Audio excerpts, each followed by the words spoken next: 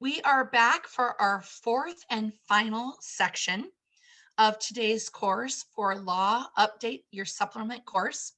Again, we're reviewing frequently asked questions, and our final section is going to be around prohibited and permitted practices for you as a licensee, your broker, and then we're really going to dive in a little bit to what your unlicensed assistants can and can't do.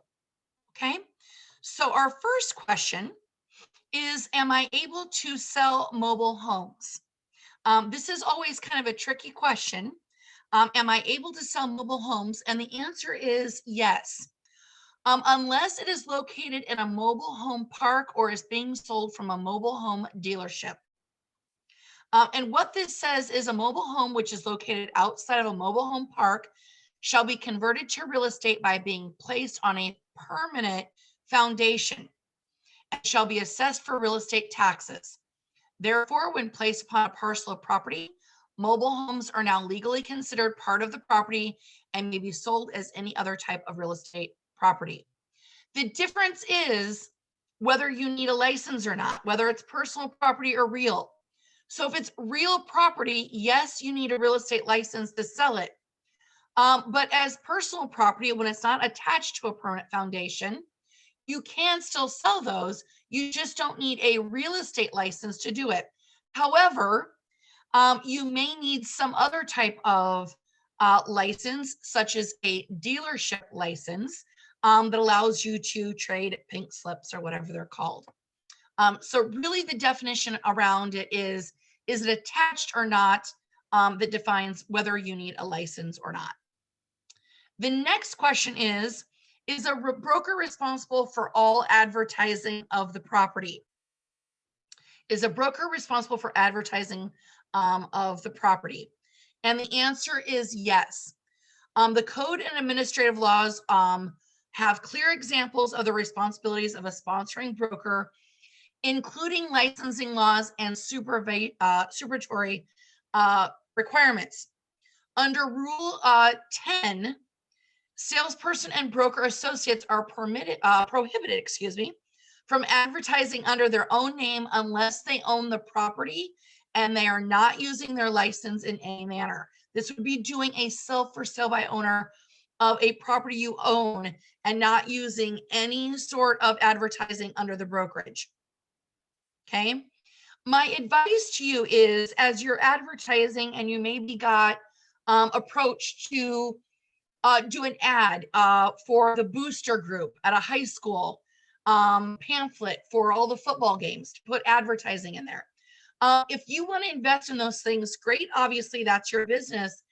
I would recommend, before you pay for the advertising, when you get the proof, have your broker look at it, get their blessing, to make sure that you're hitting all the criteria of that advertisement. By law, for advertisement, you need to have 4 pieces of information. You need to have, number 1, your name. Number 2, you must have the full name of your brokerage. No acronyms or no initials. Okay, so number 1, your name. Number 2, the full name of your brokerage. Number 3, the city and state where the brokerage is located. And then number 4, where you hold a license. So licensed in Iowa, for example.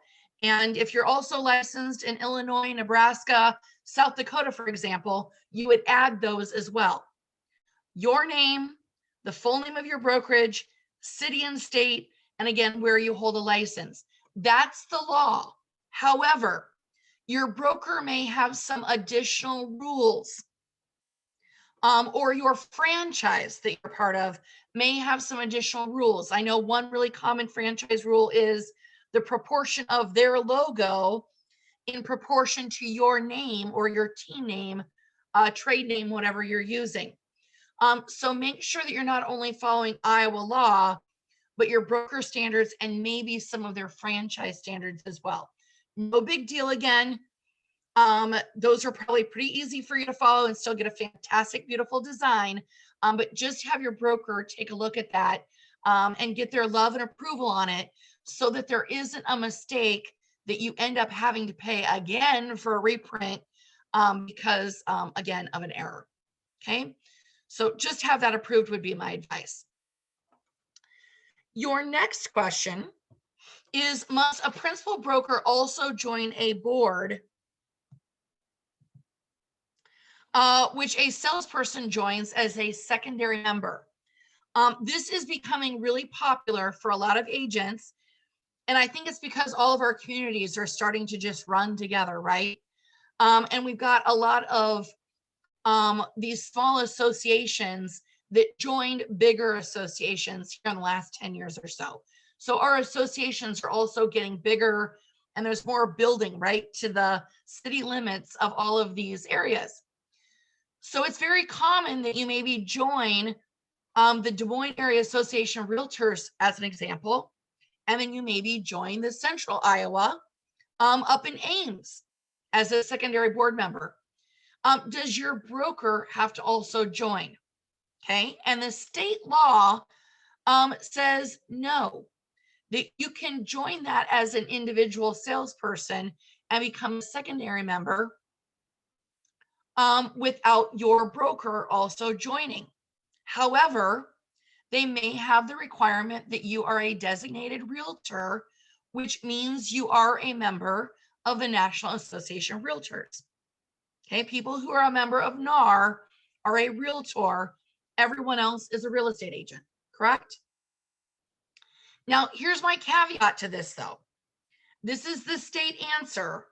However, that individual board may have their own rules, and they may require your broker to also join. So while the state law may not require it, that individual board membership may require it. Another thing that you might want to keep in mind is some additional board rules that could affect you. We've got some boards that you're wanting to join as a secondary member, but they've got a requirement that they be your first board membership. Well, if that's not where you do the bulk of your business, you may not want them to be your primary. And so joining them may not actually make as much sense as it might seem. But I know a lot of you are considering it. So the state law maybe doesn't require, but do make sure that you're diligent and check all the rules of the local board and how they sync up with your current board. They're all just a little bit different.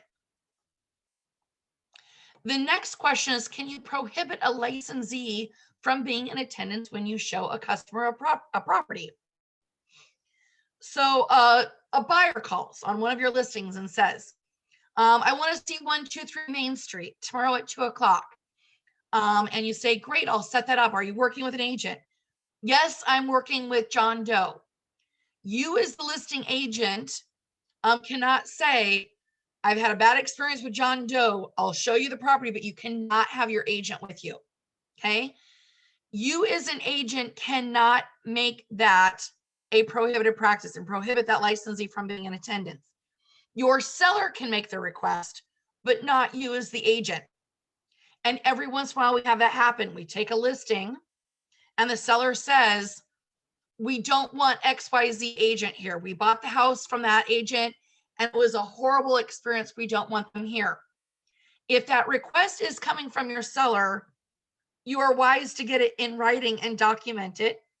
That way you're not accused of breaking the law. Number two is, now you've got to make a decision what you're going to do with that information. Are you going to call the agent up and say, I just took this new listing at 123 Main Street and I'm speaking with the seller. They don't ever want you to show it. So don't even bother sending me a showing time request. Or do you hold on to that information until that agent makes a showing request and then determine whether you should have that conversation? I personally would probably wait. Why have confrontation if they're maybe never even going to show the property? Plus, I would want to revisit that conversation with the seller. If that agent that they're wanting to deny access to shows it the very first day, might have a different impact than if we've been on the market for 4 or 5 months. Their attitude might change as they maybe become more eager to secure a contract. So I would just think through then how you would actually put that into play. Okay, so again, long story long, no is the answer. A licensee shall not refuse to permit a customer to have a customer's agent present and any step in the real estate transaction, including but not limited to viewing the property, seeking information about a property listed with the licensee, and no licensee shall refuse to show a property listed by that licensee or otherwise deal with a customer who is represented by another licensee or who requests that the customer's agent be present at any step in the transaction.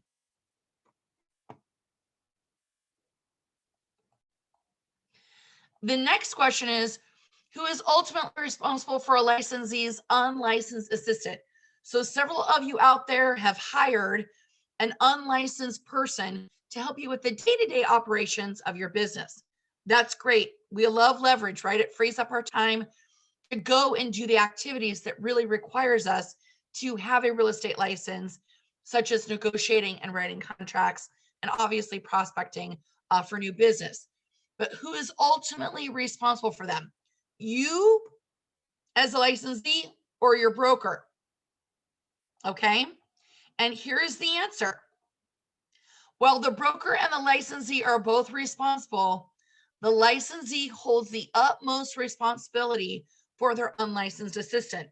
So this includes maybe anyone that you hire as a transaction coordinator. I know I rely a lot personally on a transaction coordinator to help me with the details. They're very detail oriented. That's why I've hooked up with them, is because I'm not as detail oriented, right? I want someone to supplement my weakness. However, if we go to closing and something gets missed on that settlement statement, such as the seller paying the home warranty on behalf of the buyer as it was written in the contract, I can't say, not my fault. My transaction coordinator reviews all my closing disclosures and they missed it. No, as a licensee, I still have ultimate responsibility for checking all of those details, including advertising, the things you put on the MLS maybe for input.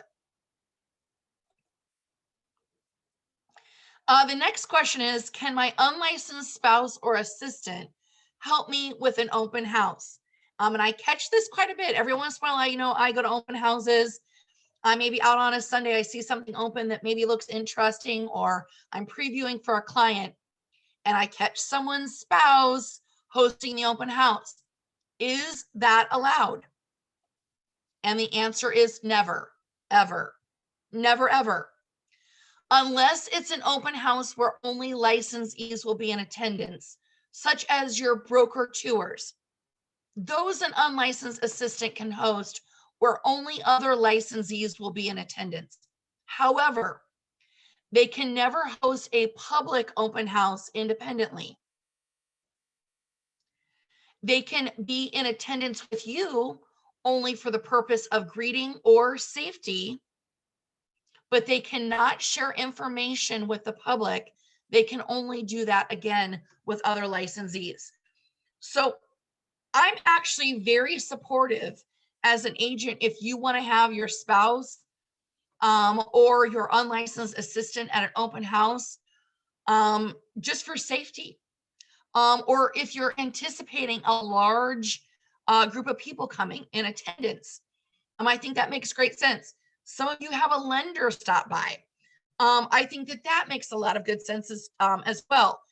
Just make sure that you understand their role is there as a greeter, but they cannot share information and answer questions about the property.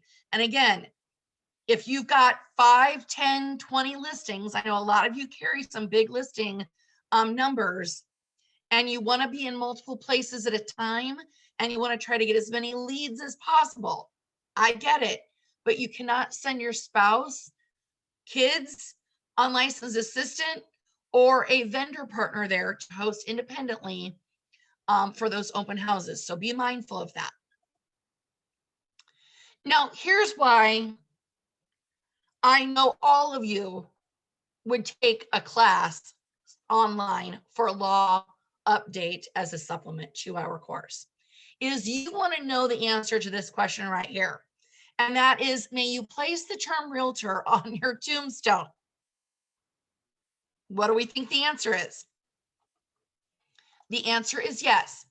According to the National Association of Realtors, their trademark division, there would likely not be a violation of them if the member was in good standing. And of course, the engraved letters are placed all in capitals with that registered trademark. Okay. So I'm sure as soon as you're done with this class, you're going to want to call your attorney and update your estate affairs so that everyone in your will knows that this is what you'd like to have on your tombstone. But again, yes, you can have it there as long as you're in good standing.